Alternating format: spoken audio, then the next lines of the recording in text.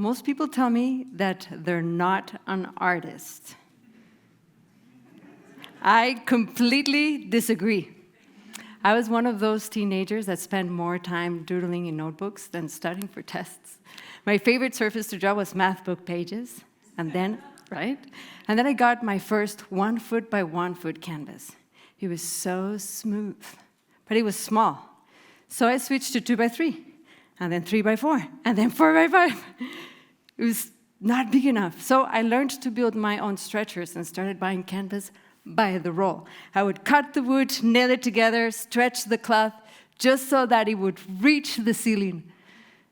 Then frames became really heavy and awkward to carry around, but I was on a mission that I didn't even know what for. Until I found my first 15 by 15 foot canvas. It was so big, and it was awesome. And it was so big, I had to look for a space where I could put it on. So I looked for a building waiting for demolition, and I asked the landlord to let me use a room. I stretched the canvas on the floor, took over the whole room like a carpet, and put a few layers of paint. Then one day, I invited some friends over. Those friends who would rarely do any art stuff. They come in, they see this mess, their impulse is to take off their shoes and walk on top of the painting. Check this out. These people who would refuse to grab a brush, they wanted to paint. So I poured some colors in different cups, showed them some fun tricks, and the painting party was on. I was ecstatic. Everyone was glowing. Even a friend said, "This mess feels so freeing." And I loved that. And I realized that the bigger the painting, the more people I can bring in. That's a game changer. And this meant the world to me. Because only 3 years before this, everybody that I knew walked away from me. It was in my last high school year where my family created a false rumor that went viral. And it snowballed into this massive anti-gay campaign that reached the newspaper headline reading, "Be careful with your children." It accused a young woman, 19-year-old, who was my lover. And it accused her to be a rapist. And unfortunately, if you're a lesbian, it is much easier for people to believe you're a criminal, even when you prove your innocence. And my family, hijacked by their panic to protect their picture-perfect image, went full force against her. And all of a sudden, it was a whole city threatened at its core.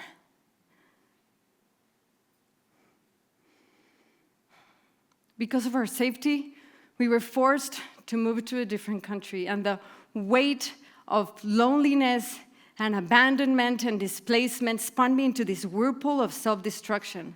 I'd absorbed deep in my bones messages that I was broken. I numbed my loneliness with busyness and hid my pain by being a people pleaser, consumed by the need to control everything, and when I couldn't, I would check out. And years of self-work, I came to realize that my dissociation traces back many generations ago. It's rooted in these illusions of white body supremacy and the myths of perfectionism stacked with layers of unprocessed pain and shame. You may be familiar with this. There's fear of neglect in people's faces, compartmentalizing, pretending, lashing out. Let's zoom out and see this world split in a competitive frenzy, driven by this individualized belief that one must hold on onto the steering wheel with a death grip and bowl through anyone on our way to be on top. Since 2020, the richest 1% has gained 2/3 of all known wealth, while 3/4 of this planet has been severely altered for profit. Suicide continues to be the second leading cause of death among young people in Canada and the US, 3 times higher for Indigenous youth. and 4 times higher for queer youth. So, in search for answers, I committed my life to restoring integration in the face of dissociation and dominance. And for the following 2 decades, as a social artist, I kept exploring how to turn paintings into a portal of human revitalization. And I'm going to show you today how I'm convinced that you have everything you need, you, so that you can build community through painting. So at first, the experience of painting helped me rebuild a relationship with myself, come back into myself. The brushstrokes connected me to my breath.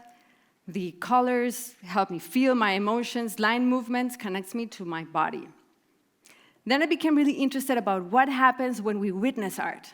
And there was this one time in the student hallway where I saw a picture of a half-human, half-wolf in a fetus position, chewing its paw.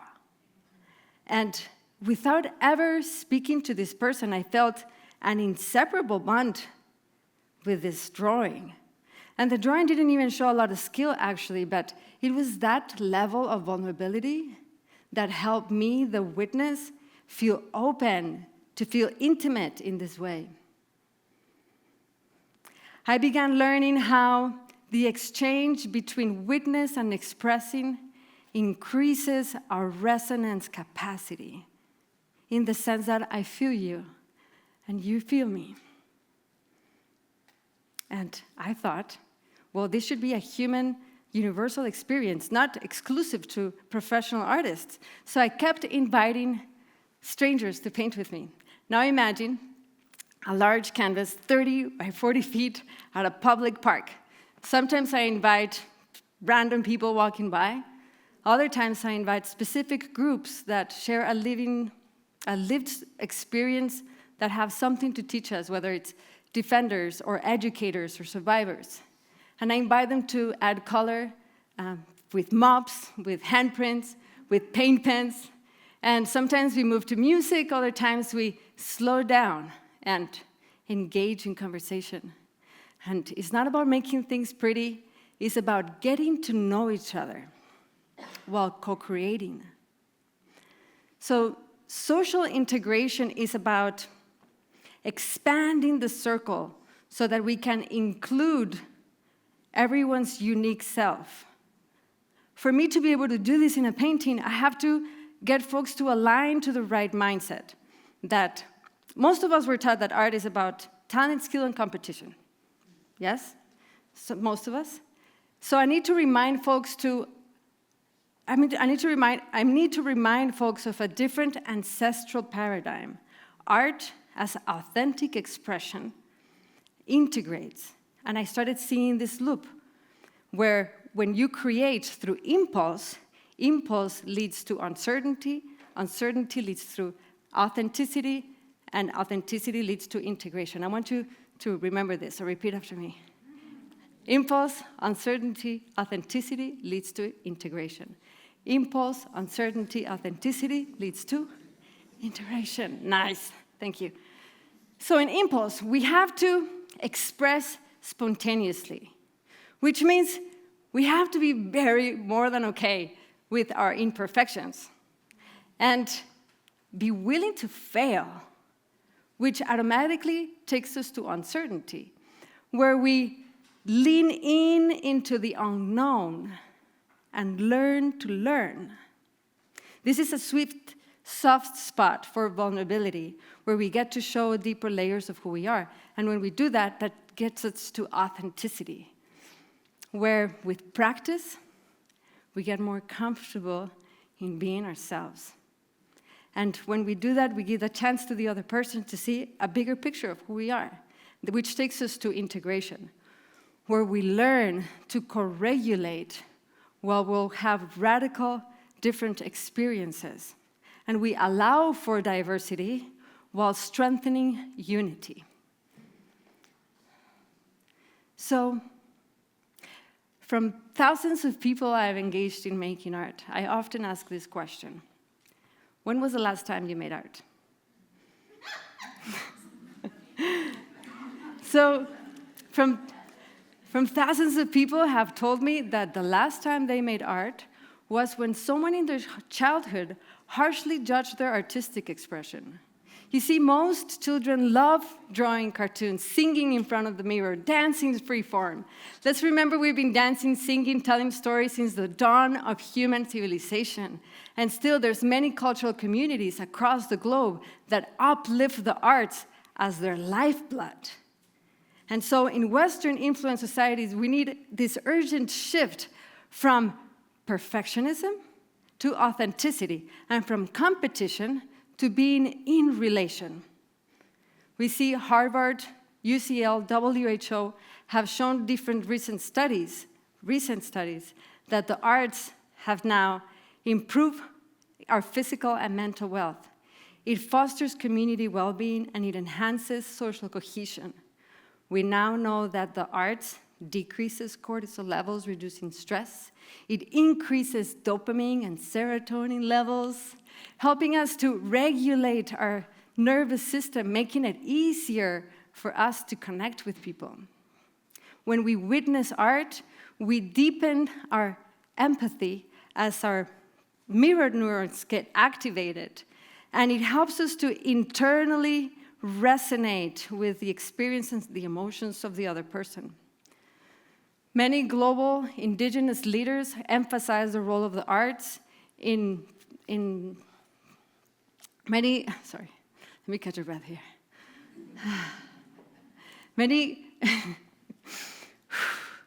Many global indigenous leaders emphasize the arts in uplifting identity, in promoting integration, and in advancing decolonization efforts. We regenerate the sense that we all have the right to express our humanity. When I express my humanity and I witness and align with the humanity of others, then we can level the playing field and integrate. So how do you get a group to co-create a painting? I first create a space for play. So I fill up the space with tons of art supplies, rollers with sponges and patterns, and put a big have fun sign and a playlist, and get folks to doodle. The mindset is important. That is not about skill, but about connecting through impulse. If you want a deeper storytelling, what I do is that I find that question that my group really cares about. For example, how does liberation look like? And then find an image that can be that question, like a field of dandelions, a forest of cedar trees with interconnected roots, a field of monarch butterflies flying through fences. And then I give a contained space to each one of those participants to respond freely to that question. So there you have it, a couple of ways of how you can turn a painting into community building. The more that I express my humanity artistically, the more that I can feel the humanity of others that are different from me, including my family. After 24 years, as they do their work in owning their truth and dismantling superiority-driven ideals, I've been able to transform pain and resentment with radical forgiveness. And I find pride in who I am, as quirky and intense as I am. And to that newspaper who said, "Be careful with your children," how about let's uplift our children to be perfectly imperfect as their unique selves. When everyone's expression is part of the circle, a sense of wholeness emerges. So I want you to get started right away. Think about the next gathering that you have with coworkers, family, or friends. You got it? Yes? And see yourself taping a piece of paper with a horizontal line, 2 circles for a moon and a sun, and a sign that maybe says, "Our happy place," and let people doodle and connect. We begin to grasp that we are all interconnected when I see you in me, and when you see me in you, in all of us. Thank you.